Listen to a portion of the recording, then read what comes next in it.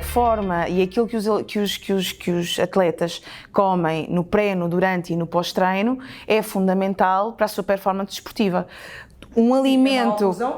Também dificulta a mastigação e por dificultar a mastigação, dificultar a digestão dos nutrientes e a própria digestão, exatamente. Portanto, um alimento mal mastigado, obviamente vai ser muito pior digerido, obviamente vai ser muito pior absorvido e, portanto, isso vai ter um impacto imediato, nem sequer estamos a falar a nível crónico, que é uma situação que vai sendo construída, é uma coisa que acontece no imediato. Um maratonista, um ciclista, um nadador, que tem que ter tudo contado ao milímetro daquilo que comeu no pré e no durante, não é? Porque muitas vezes as provas, há muitos nadadores que começam às 9 da manhã e se é um campeonato que é um dia inteiro, por exemplo, vão fazer um dia alimentar enfiados dentro de um pavilhão com uma piscina e, portanto, se eles têm um problema de oclusão ou se têm dificuldades na mastigação, por muito que eles comam bem, se comem mal, temos logo o calo entornado, mas podem ter o cuidado todo alimentar. Se há um problema na forma como eles mastigam,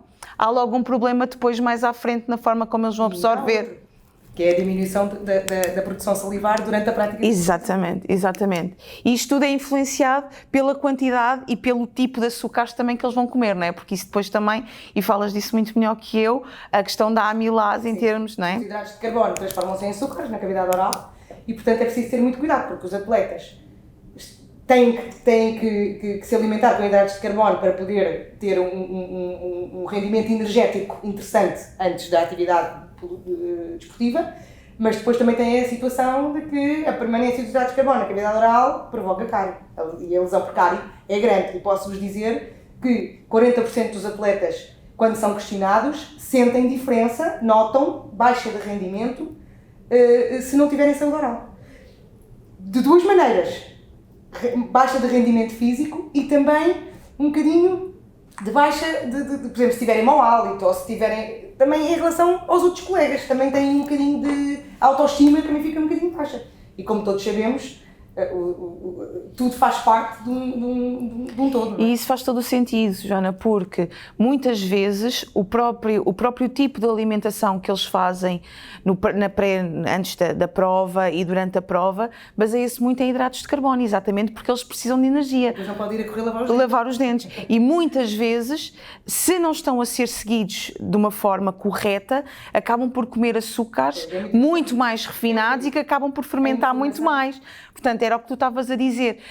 Aqui, muitas vezes, um acompanhamento transversal. No caso da nutrição, tem que ser uma coisa muito mais diferenciada. Cada atleta é um atleta, a intensidade da modalidade esportiva, a frequência do treino, o tipo de prova, se é uma prova longa, se é uma prova curta. Portanto, tudo isso tem que ser adaptado. Tal como a fisioterapia, dependendo do tipo de modalidade, provavelmente há aqui formas de intervenção diferentes.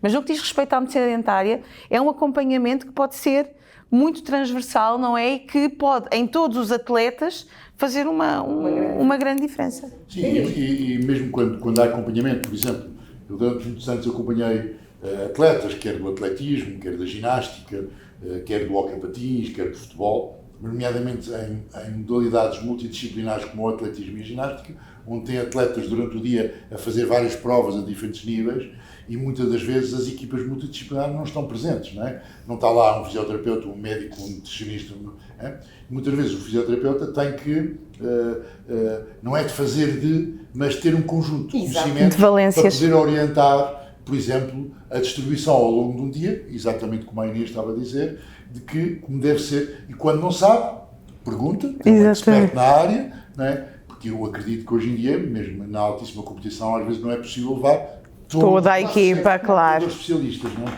E isso é uma coisa fundamental, é uma coisa que para os atletas pode fazer toda a diferença. A todos os níveis, mesmo a nível psicológico. Não é? Claro. A maneira como o atleta se concentra, a maneira como ele rotina. Como se sente preparado. É?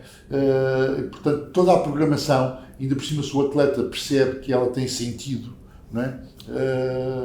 Em termos de concentração é fundamental. Não é?